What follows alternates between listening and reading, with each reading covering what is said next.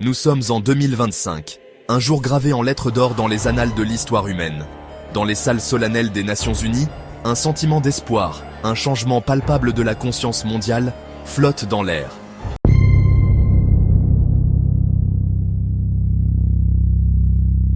Les dirigeants du monde, main dans la main, sont unis, non par des frontières ou des idéologies, mais par un rêve commun, un monde sans guerre. Une jeune fille, les yeux pétillants de la promesse d'un avenir meilleur, se tient près du podium. Dans ses mains, elle tient une colombe, ses plumes blanches symbole de paix. Témoignage de l'aube d'une nouvelle ère. Les dernières braises du conflit ont été éteintes, remplacées par une lueur d'espoir. Un vœu collectif de choisir le dialogue plutôt que la destruction, la diplomatie plutôt que la dévastation. La signature de l'accord de paix mondial marque un tournant décisif. Pour la première fois dans l'histoire de l'humanité, le monde est uni dans son engagement pour la paix. Ce n'est pas simplement une cessation des hostilités, c'est un changement fondamental de notre conscience collective. C'est une promesse de résoudre les conflits par le dialogue, la compréhension et le respect mutuel. Le monde retient son souffle. Un nouveau chapitre de l'histoire humaine a commencé.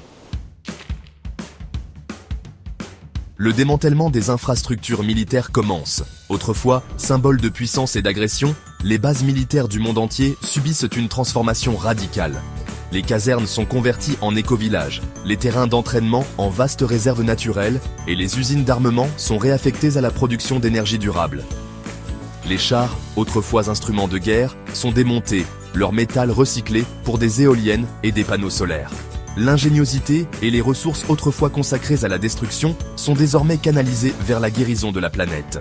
Les départements de recherche et développement, autrefois concentrés sur la création d'armes de destruction massive, se consacrent désormais à la recherche de solutions au changement climatique, au développement de sources d'énergie renouvelables et à la garantie d'un avenir durable pour tous.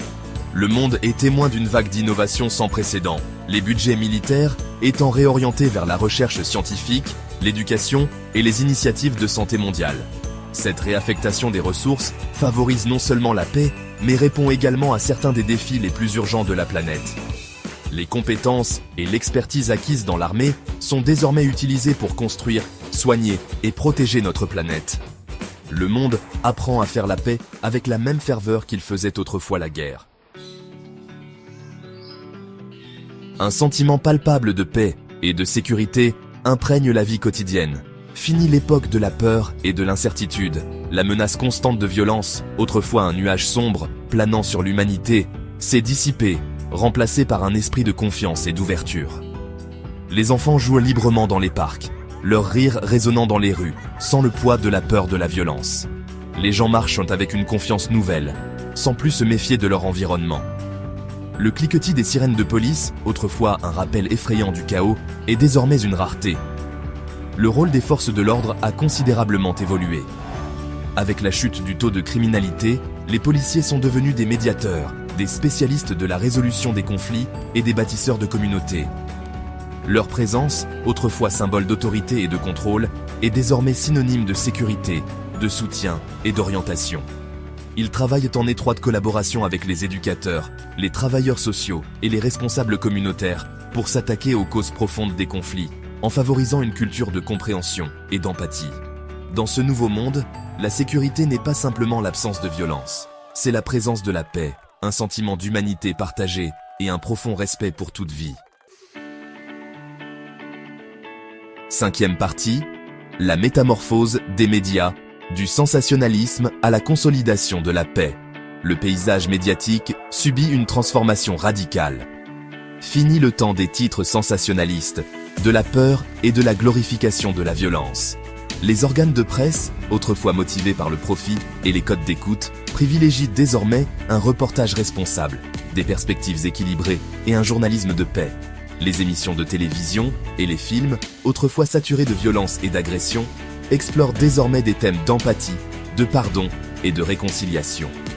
Les documentaires mettent en lumière des histoires de pacificateurs, de militants et de héros du quotidien qui construisent des ponts et favorisent la compréhension entre les cultures. Les plateformes de médias sociaux, autrefois connues pour la propagation de discours haineux et l'incitation à la violence, utilisent désormais des algorithmes sophistiqués pour identifier et supprimer les contenus nuisibles. Elles deviennent de puissants outils pour promouvoir des initiatives de paix, connecter des personnes d'horizons différents et faciliter le dialogue à l'échelle mondiale. Les médias, autrefois un outil de division et de manipulation, sont désormais un puissant instrument de consolidation de la paix, favorisant une communauté mondiale unie par des valeurs communes d'empathie, de compassion et de compréhension.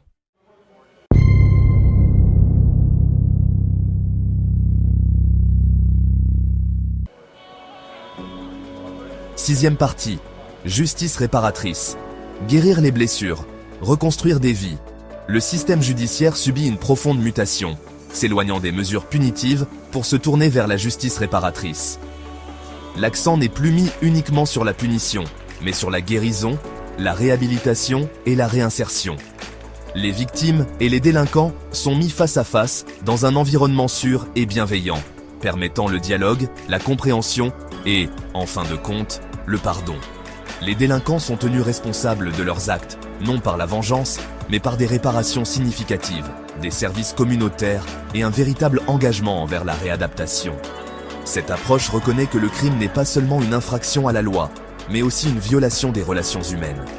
Elle vise à réparer le préjudice causé, à s'attaquer aux causes sous-jacentes des comportements criminels et à donner aux victimes et aux délinquants les moyens d'aller de l'avant dans leur vie. Il en résulte une société plus juste et plus compatissante, où la guérison et la réconciliation priment sur la punition et la vengeance.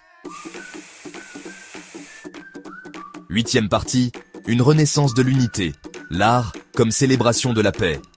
Une renaissance artistique mondiale s'épanouit, alimentée par l'esprit d'unité, d'empathie et d'espoir. L'art devient un puissant outil pour célébrer notre humanité commune, transcender les frontières culturelles et promouvoir la paix. Des peintures murales représentant des scènes de paix et d'harmonie ornent les bâtiments du monde entier, transformant les paysages urbains en galeries d'art en plein air. Des musiciens de différentes cultures collaborent à des chansons d'unité et d'espoir, leurs mélodies tissant une tapisserie d'aspiration partagée.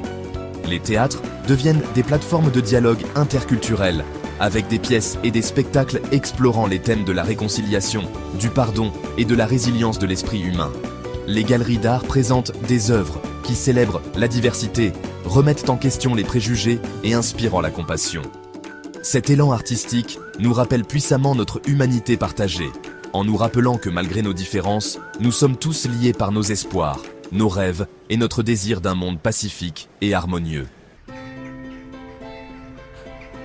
Neuvième partie. Vers un avenir durable, coopération mondiale pour une planète prospère. Le spectre de la guerre étant écarté, l'humanité se tourne vers la guérison de la planète. La coopération mondiale sur les questions environnementales atteint des niveaux sans précédent, motivée par la compréhension commune que notre avenir dépend de la santé de notre planète. Des projets massifs de reboisement sont entrepris pour restaurer les écosystèmes dégradés. Les sources d'énergie renouvelables, telles que l'énergie solaire, éolienne et géothermique, sont rapidement adoptées, remplaçant les combustibles fossiles et ouvrant la voie à un monde neutre en carbone. Des accords internationaux sont conclus pour protéger nos océans, réduire la pollution plastique et préserver la biodiversité. Le monde s'unit autour d'une vision commune d'un avenir durable, où le développement économique et la protection de l'environnement vont de pair. Cet effort mondial pour guérir la planète marque un nouveau chapitre de l'histoire humaine. Un chapitre où nous reconnaissons notre interconnexion avec la nature et travaillons ensemble pour assurer une planète prospère pour les générations à venir. Dixième partie. Une nouvelle frontière. L'expansion pacifique de l'humanité dans l'espace.